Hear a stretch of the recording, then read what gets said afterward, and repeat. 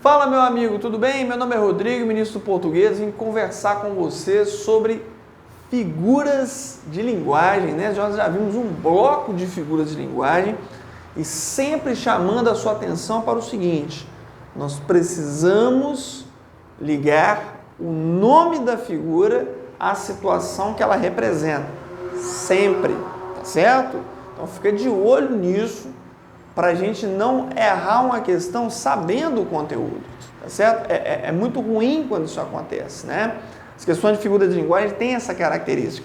Você observa a figura, a frase, e quando olha nas figuras você se lembra, caramba, eu já estudei isso, mas você não se lembra exatamente quem é quem, ok? Então fique de olho nessa questão, por favor.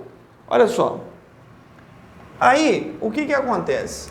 Tenho para você uma figura de linguagem conhecida como antítese. A antítese vai trabalhar, candidato, com os termos contrários, não é isso? Com os antônimos. Na maioria dos casos, a antítese tem a presença física das palavras antônimas. Tristeza e alegria, amor e ódio. Tem uma canção do Lulu Santos chamada Certas Coisas que diz assim, ó: não existiria som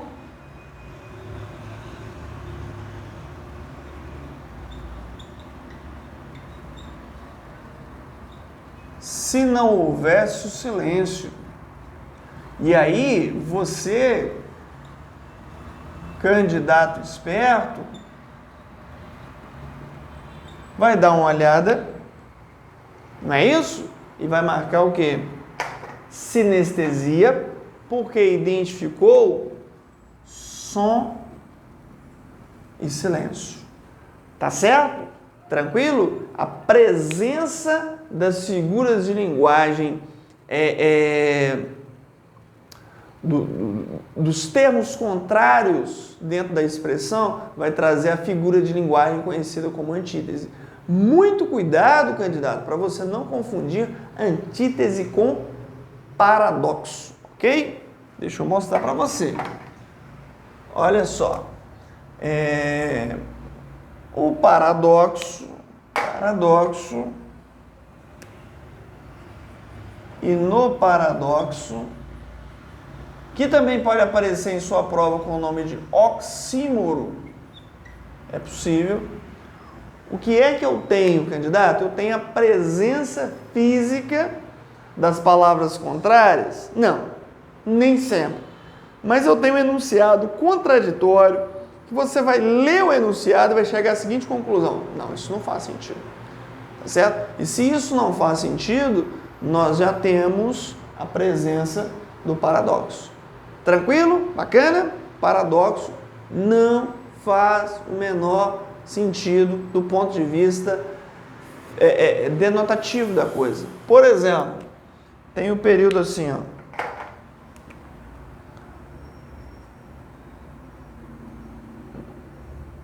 Letra da banda Engenheiros do Havaí, tem um trechinho que diz assim: paralelas que se cruzam em Belém do Pará.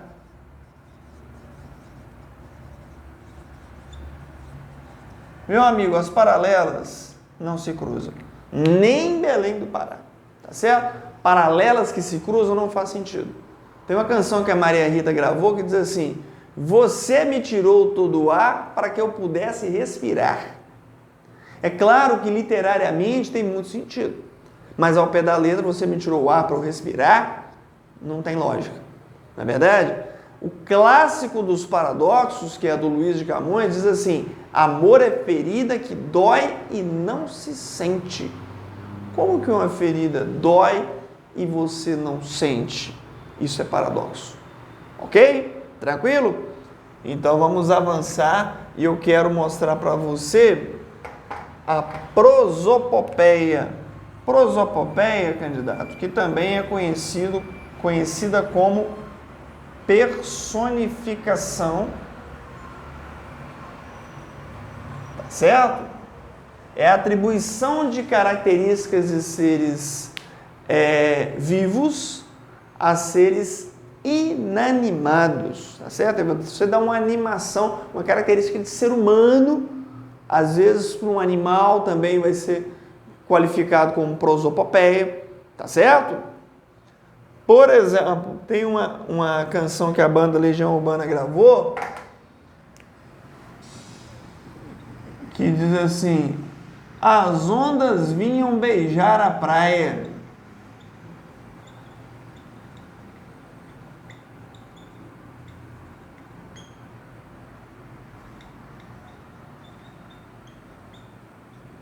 O sol brilhava de tanta emoção. Então as ondas vêm e beijam a praia. Você olha para o sol está emocionado. Tudo isso é característica de ser vivo, tá certo? Então você tem ali a presença da tal prosopopeia. Quando você se lembra do termo personificação, fica mais simples. Não é verdade? Prosopopeia ou personificação. Legal? Bacana demais? Joia! Deixa eu mostrar para você agora o seguinte. Então eu tenho antítese, tenho paradoxo, tenho prosopopeia e quero mostrar para você também uma figura de linguagem conhecida como pleonasmo.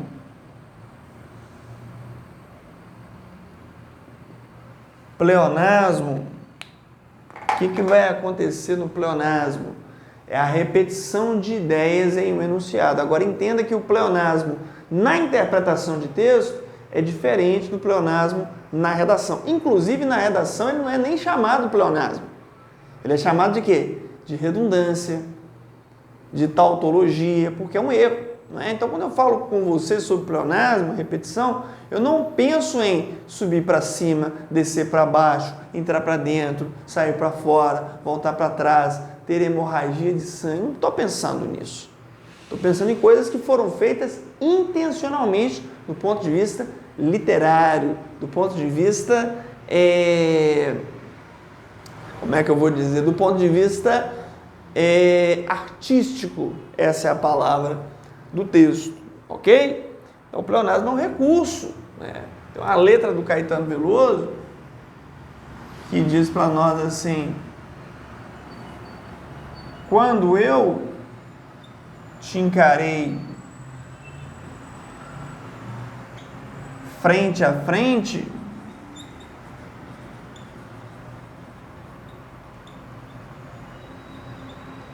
não vi o meu rosto.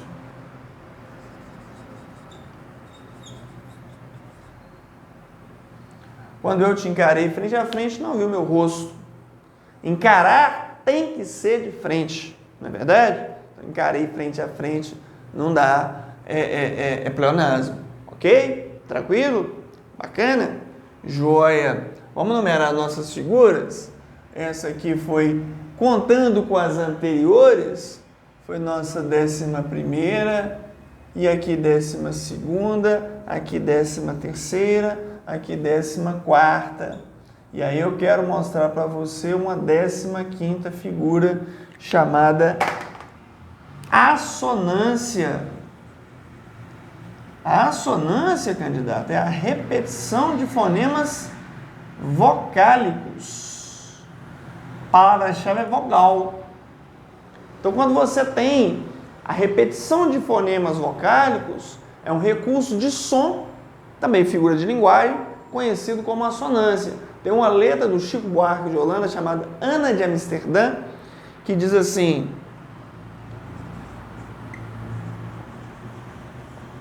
sou Ana, sacana, cigana,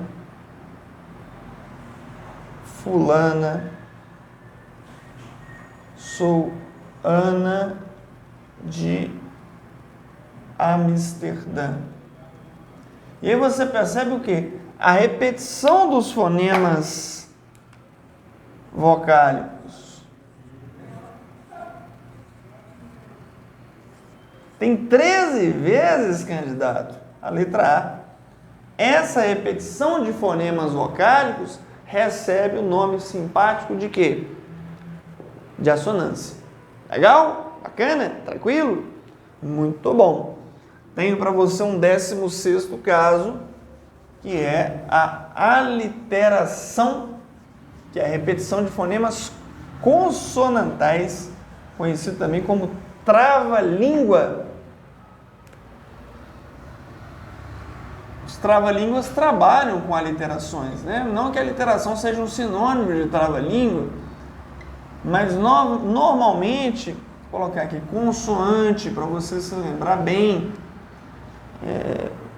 Curso tem que ser com palavra-chave para ativar na sua memória aquilo que você precisa, tá certo? Por exemplo, traga 3 pratos de trigo para 3 tigres tristes. Isso se chama aliteração. Legal? Aí, deixa eu colocar aqui para você. Ó. Traga 3 pratos de trigo para 3 tigres tristes. Traga 3 pratos de trigo para 3 tigres tristes. Isso se chama aliteração. Tá certo? Essa repetição de fonema consonantal se chama aliteração. Legal? Bacana? Que bom. Então, meu amigo, o que acontece? Nós temos essas figuras e temos ainda figuras referentes à gramática. Acredita nisso? Recursos gramáticos, como por exemplo a elipse. O que é elipse? É quando você tem um termo subentendido. Quando eu digo para você assim, sou muito feliz. Aí eu pergunto para você, quem sou muito feliz? Eu. Esse eu está na frase? Não. Mas ele pode ser identificado através da desinência do verbo. Então, eu tenho um elipse do verbo aqui. Inclusive, existe o sujeito oculto elíptico ou desinencial. Não é verdade? Deixa eu te mostrar mais coisas. Temos um 18º caso, que é uma figura de linguagem chamada zeugma, que é muito parecida com a elipse. Também você tem um termo subentendido. Agora, esse termo ele é subentendido por quê? Porque ele já foi citado, ele já apareceu. E aí, na comparação, normalmente você tem um zeugma. Olha, você estuda tanto quanto eu. Você estuda tanto quanto eu estudo. Tá certo? Você estuda tanto quanto eu estudo. E aí, a presença desse estudo, melhor dizendo, a ausência dele, né? Ele está subentendido, vai caracterizar o que nós chamamos de zeugma. Tá certo? Vocês já ouviram falar sobre orações coordenadas assindéticas e sindéticas, não é isso? E aí, deixa eu mostrar para você uma coisa. Quando eu tenho uma sequência de orações assindéticas, isso também é uma figura de linguagem chamada assíndeto. Sequência de orações assindéticas. Essas figuras, eu confesso para vocês que elas são mais raras em prova. Mas se aparecer, você já sabe o que fazer, e eu tenho certeza que vai fazer muito bem feito. A sindética, assíndeto, por exemplo, trabalhei, recebi, viajei, voltei e fiquei sem dinheiro. Essa figura aqui pode ser considerada uma síntese e pode ser considerada uma outra figura também conhecida como gradação, em que você tem as ações e situações consecutivas, tá certo? Aí eu mostro para você o polissíndeto. O que é o polissíndeto? Quando você tem uma sequência de orações sindéticas. É muito normal na fala. Quando eu falo com você, por exemplo, eu uso, às vezes, uma repetição de uma conjunção. Eu poderia trabalhar com esse mesmo período aqui, ó. Trabalhei e recebi e viajei e voltei e fiquei sem dinheiro. Você vai reparar, óbvio que você reparou. Se não reparou, é agora a repetição da conjunção. Não reparou? Essa repetição da conjunção é uma figura de linguagem chamada polissíndeto, tá certo? Deixa eu ver o que mais eu posso lhe acrescentar no que diz respeito às figuras de linguagem. Podemos ainda, pessoal, ter uma figura, como eu lhes disse, das ações consecutivas. Fiz isso, depois aquilo outro, que se chama anáfora. Melhor dizendo, que se chama gradação. Me veio a anáfora à cabeça. O que é anáfora? É quando você tem a repetição de termos. Quando eu digo, por exemplo, assim, pedi e não fui atendido. Essa repetição de termos se chama anáfora. Não está entre as principais, mas eu faço questão de citar para você exatamente porque se acontece uma mudança repentina assim, naquilo que é mais cobrado, você não pode ser pego de surpresa, principalmente com essa questão de vocabulário. Quando a gente fala sobre as orações subordinadas adverbiais, de vez em quando eu cito para você a palavra hipérbato, que também é uma figura de linguagem. O que é o hipérbato? São as inversões sintáticas. Então, o interessante é você começa com a oração principal e depois vem a oração subordinada. Se isso troca de lugar, primeiro a subordinada, depois a principal, nós temos o tal do hipérbato, tá certo? Então, fique de olho nas aulas de sintaxe também, porque a gente tem muitas figuras de sintaxe e essas são as nossas figuras de linguagem como um todo, tá certo? São muitos nomes, eu sei, mas eu sei também que você dá conta e que toda vez que você precisar, eu estou esquecendo, reveja a aula, tá certo? Dá uma olhadinha e aí você vai se lembrar do nome, do exemplo, é associar nome a exemplo. Ok? Tranquilo? Então é isso, meu amigo. Muito obrigado. Até a próxima aula.